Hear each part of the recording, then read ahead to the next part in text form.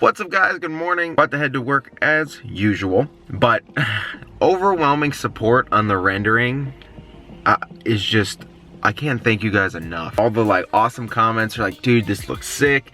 And just like everyone thought, they're like, dude, how is the green and purple gonna look good together? And once they see the rendering, they're like, dang, that looks awesome. That's how I kind of felt waiting for the rendering. That I obviously I didn't tell you guys about, but and when I saw it the first time, I'm like, whoa, it looked badass. And keep looking at it, and the more you look at it, you're like, dang, that looks even better the more you look at it. So I just want to say thank you guys for the overwhelming support of, you know, that, and this build is about to get crazy. But welcome to the video, guys. Thank you guys for watching. If you haven't been here before, please get down there, consider subscribing. Not really cold outside. I mean, it's cold, but not cold cold. It's only 32 out, so not that cold, but it's supposed to be like -8 this weekend, so we'll have a really cold start for you guys on that day. Tempted to not plug it in and show you guys how well she starts. And another quick thing, guys, if you, I got so many DMs, comments, all this stuff asking what events am I going to this upcoming year. People were saying Shields, Rudy's, you know, like in the comments, let me know any events you want me to head to. Tag me on Instagram, and like if one of those events does something, just go to the comments and tag me, and obviously I'll come take a look at that, you know, send me the post, whatever, just so I can take a look at it and obviously schedule it in, because once this truck is done, it probably, I would say, is worthy of attending those events. Some of you are gonna say it's worthy of attending those events now, but I'm just saying when it's done, it'll be extra worthy. So all you guys in my pedal commander video, which was 2 videos ago, we're like, oh, it doesn't delete turbo lag, it just adds more throttle to the pedal, yada yada yada. It says when you push the pedal this much, it extends it to, you know, 50% throttle. That's not exactly what this does, but you guys want to see the boost on the, oh, I gotta get this tripod off, but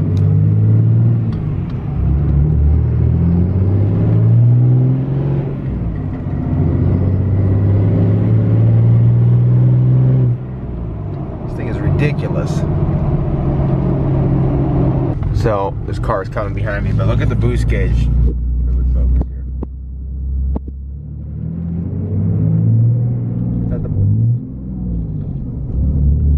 Totally missed that shift there.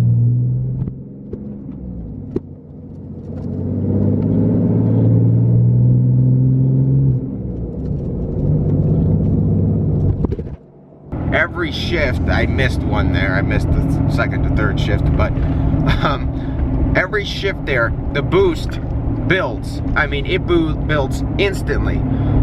It's there.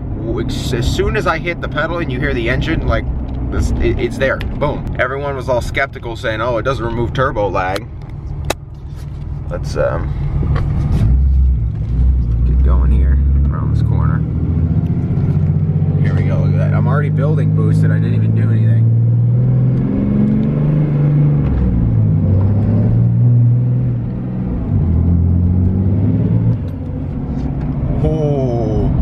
Oh, guys, if I had the camera up, I just drifted that corner.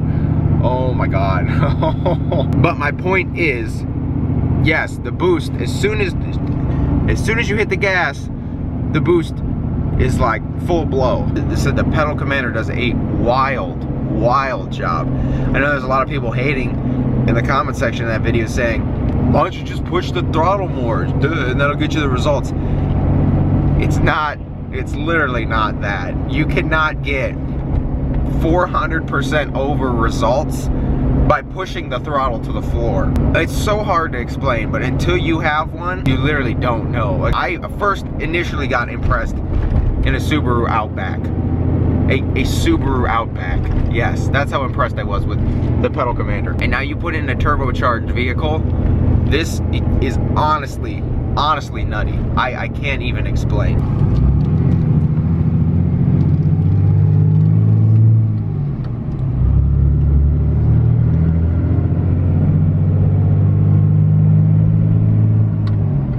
So if you guys follow me on Instagram, you saw me post a picture the other day. This truck was spotless, 100%. And it's filthy. Filthy all over. why winter and nice things don't go together. I did some rock chip maintenance yesterday, real quick. Oh, it looks like we have another one over here. I'm gonna have to hit. I'll have to get that one next week. I don't feel like taping that off right now and doing that. The one here on the bumper I fixed. Man, look, we had another one up here. Alright guys, so I get questions like this all the time about RAM and how I like my truck, how I like the G56. People are like, I'm looking to get a G56, stuff like that. But I mean, I guess you can't get a new one anymore. But they're still obviously out there because people have bought them. There's older ones, there's third gens. There's even, you know, the first, second gens, the NV55s and 45s, stuff like that. They're available. But I'm just gonna, and obviously you guys know if you didn't know already. See, my truck just turned 10,000 miles. It's 10,090 and a half miles. I get questions all the time about my truck. I got an F-150. I'm looking to get into a Cummins. I'm looking to buy a Cummins next week. I get Snapchats and Instagram DMs all the time. They say, dude, I'm looking at this Cummins. Should I get this one or that one? And I guess I try to help as many of you guys out as I can. I'm getting to a point here where it's like, there's a high demand for people wondering what it's like driving a Cummins, whether it's an automatic or manual, or if I regret my purchase or not. Like I said, it's a big investment. Buying a vehicle, especially a diesel truck, is a big investment. And I'm gonna say one line here. Looking at diesel trucks, people will be like, I'm just gonna opt for the gasser. Resale value in diesel is way higher. So like 150 to 200,000 miles on a gas truck compared to 150 to 200,000 miles on a diesel truck, the resale value on that diesel is gonna be way up here. So if you buy a diesel truck and then just say, you keep it for 5, 6, 7 years, you rack up 200,000 miles, whatever on it, or you buy a brand new gas truck and you rack up 150, 200,000 miles on it, paying $8,000, $8,900 more for the motor. However, at the end of the day, you will probably keep well over $16,000 more in resale value than if you bought the gas motor. So just think about that. First things first, this is a bighorn. It's an LCD dash. It's a luxury package, which gives you this dash. Yes, it can be opted in a bighorn for the older, I guess the 4th gens, 5th gens. We'll have to see what kind of optioning you can do. This is the 8.4-inch U-Connect. Love this, love this. I was looking for the longest time for these two options. Dealers that order trucks in, dude, it is the worst thing ever. The worst order. People who order vehicles at dealerships, except Randy and Braden down at Coughlin, they actually know how to order vehicles. Like where I got my truck and Ben got his Jeep. Dude, they order them right. But most of these other dealerships, I'm looking, just browsing, dude, the most awful ordering combos I've ever seen. I was looking for both of these screens the longest time. Sometimes gave me the, you know, sometimes you give the standard like pixel dash up here and this screen. Why would I want a nice looking screen but not a nice looking dash? Or they'd have this dash and you come over here and they'd have the 5-inch U-Connect. I'm like, why? The longest time I was looking for this and I found it. I am beyond pleased with, you know, this LCD luxury package dash and this 8.4-inch U-Connect. U-Connect is probably one of my favorite and best interfaces on, you know, across all brands. It's just clean, simple, easy, sleek, and there's some taste to the design. 6-speed, I personally love it. When I first got it, when it was untuned, I guess you could even call it detuned because from the factory they detune it. Detuned and stuff. Definitely drivable, definitely fun, all that kind of stuff. However, driving it detuned and that stuff, you just get sick of, not say the lack of power, but you always want more. It's kind of like a sports car. You buy a 500 horsepower car, after a while you're just gonna get tired of the horsepower. You want more, so then you build it and it grows into something crazy. That's kind of how it was with this truck. You know, you got tired of the 300 horsepower and then I say you add more ponies, you add this pedal commander, you add intakes, and I'm obviously gonna add a whole bunch more. Buying it off the lot the way it was, definitely drivable, awesome, really fun truck. The factory clutch, obviously not good at all. I'm actually gonna pop this hood here real quick for you. Oh my goodness, it made it even worse. Wehrli intake doing its job.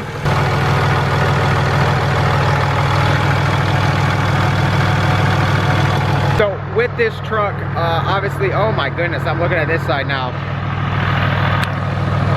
In that 10,000 miles, we've done a lot. Obviously the 6-inch lift, 22s, 10.5, 13.5 wide. It's the biggest you could possibly go, I think, on this lift without rubbing. If you go any wider, you'll probably catch this. I catch this sometimes if I'm like flexing or articulating. Fox shocks and Fox stabilizers. This setup here is a dream. Is honestly a dream. Rides spectacular. Soft Fox shocks are awesome. Stabilizers up front. On the highway, like I said, I can let go of the wheel. This truck will go dead straight. It is probably one of the softest riding trucks I've ever driven in because of these rear coils. Factory leaf suspension on even the 3500s and Chevy Ford, to me, ride so darn rough. Chevy kind of counteracts it with the front end being an independent front, but you know, Ram front coils and rear coils with the 4-link rides awesome. So if you're looking for a Ram, I can tell you that the ride is going to be incredible, especially lifted like this with the Fox shocks. Oh, it rides like a dream. As for the motor in this 10,000 mile Wehrli Fab Custom air intake, powder coated Illusion Purple Pro, EGR, and S&B crankcase vent. I don't know if you can see it on camera, but that Illusion Purple peeking through, it looks awesome. Mod's definitely coming. I want to do the Banks horn with the intercooler and boost tubes. I want to get all that done very soon here. I may second gen swap this. I don't know yet. This thing runs like a top right now, so I really don't want to mess with it too much. So, but I do plan on doing a second gen swap at some point. Police makes a drop-in turbo that obviously it's a bigger turbo, but it'll give me the ability to keep my exhaust brake, obviously more horsepower. Like I said, the truck's got 10,000 miles. You guys see my rendering in my last video. This thing's gonna be pretty bad when it's done. A lot of work's gonna be going on in the next 6 months here. So while I'm at it, I might as well put some ponies to it. So if you guys have any recommendations for that, throw them in the comments below. Like I said, Fleece has a drop-in turbo. I could drop it in there today, keep my factory exhaust brake, but obviously more ponies. I could do a full second gen swap as well. Considering this truck is gonna be a show truck, second gen swap, a little bit far-fetched. I might have to buy another Cummins and then I could second gen swap that. If you guys don't know already, these bumpers were chrome, painted those. Grill, custom grill, designed that, and see, that was a little foreshadowing. I knew I was going where I was going with this truck, but I got that done early on. What issues have I had in 10,000 miles with this truck? Nothing. There's been one recall. That was for the tailgate latch. That all they did was go up in, they opened the tailgate up, they put a little rubber washer in there to tighten it so the latch is tighter. I don't know. All the mods done to it. Not a problem at all. Some parts fell off this truck at about 5,000 miles and definitely sounds a lot better now, and no problems, you know, when I put the new parts on, no problem with that. 10,000 miles with 5% tint, also no problem. My back is still 20%, but you can, you know, you can still see. Sometimes at night it's a little hard, but no problem like that either. Oh, this is one of the first mods I did too. Pretty much 10,000 miles with this thing, no problem. As much as you don't see it in the video, I do use this bed a lot. I transport a lot of stuff, throw it in my bed all the time. So 10,000 miles with this, no problem. This truck does have the 5th wheel setup. Every single truck from the dealership should be ordered like this. I don't know why heavy duty trucks do not come prepped. I'm so glad that this truck came like this.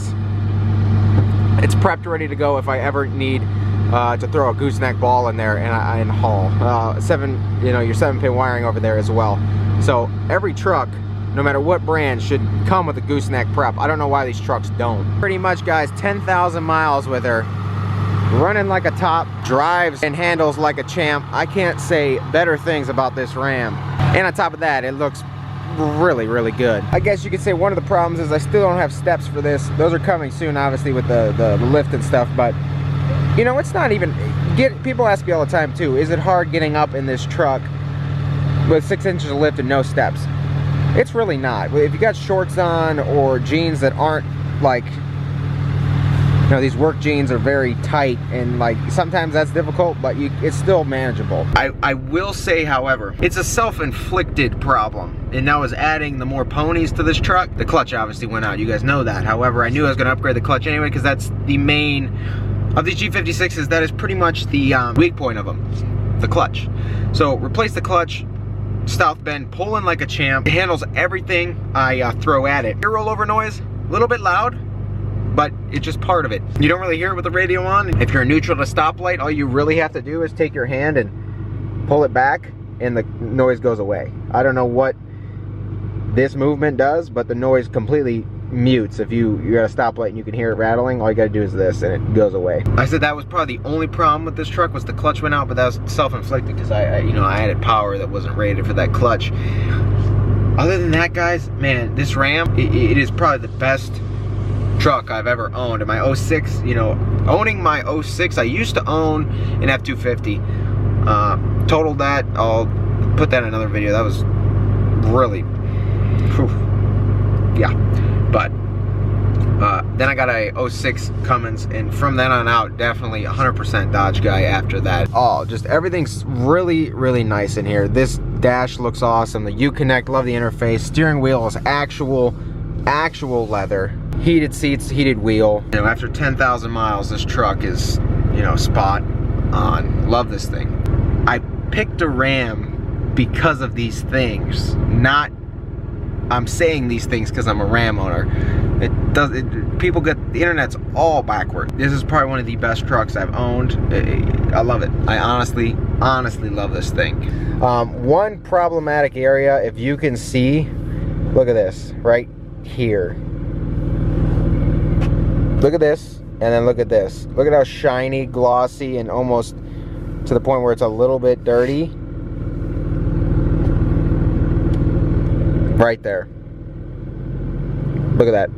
That's the number one problem of this truck is this. I know a lot of people ride with this up, but I mean, I just like resting my arm on here. So I guess that's my number one, hate for this truck, which is not even a thing. I mean, it's soft and comfortable, but I mean, it just gets definitely worn in. Here's what I'm dealing with right now. Well, camera doesn't recognize my face. It's gonna get pretty bad. But you look at the daily, it's only gonna snow Saturday and it's gonna be fine. Sunday, Monday, Tuesday, some rain, snow mix, Wednesday, Thursday. So if I go out tomorrow and drive in the snow, like, it'd be kind of suck to wash my truck now and then go out in it. But the thing is, if I don't go out in the snow, I kind of don't want the salty mud sitting on my truck. So it's kind of a decision right now. I still might go wash it because Sunday is gonna be -1, so water will freeze instantly. So with it being 34 right now, I may very well have to take advantage of this situation and those mud off my truck.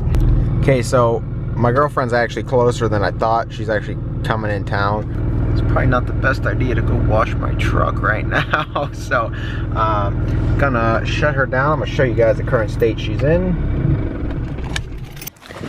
I mean, not as dirty as some of you guys would like, but it is so filthy. Oh my goodness. This was literally one snowy road that also had mud in it. Oh my goodness. I'm gonna have to clean this like ASAP, but I don't know if I can make it before. It's definitely not gonna make it before tomorrow because it's gonna start snowing, and it's snowing hard. And here's back here. So here's for all the people that are like, oh, take your truck mud, and this is about as much dirt and mud that will ever be on this. Offset problems. Literally was just a road like this. All right, guys, so that's probably gonna do it for tonight's video. Hopefully tomorrow, if it gets crazy and wild and all snowy, I can get outside, give you some awesome snow footage. But if it's like really bad, obviously I'm not gonna risk it. This is something too awesome and has great plans, so I don't want to damage it at any point. So I want to say thank you guys for watching. Take care. I will see you guys in the next video, and yeah, hope you guys have a great night, and I will see you guys next time. Oh, perfect time. Look at that, the battery's about to die. It's meant to be. See you guys next time.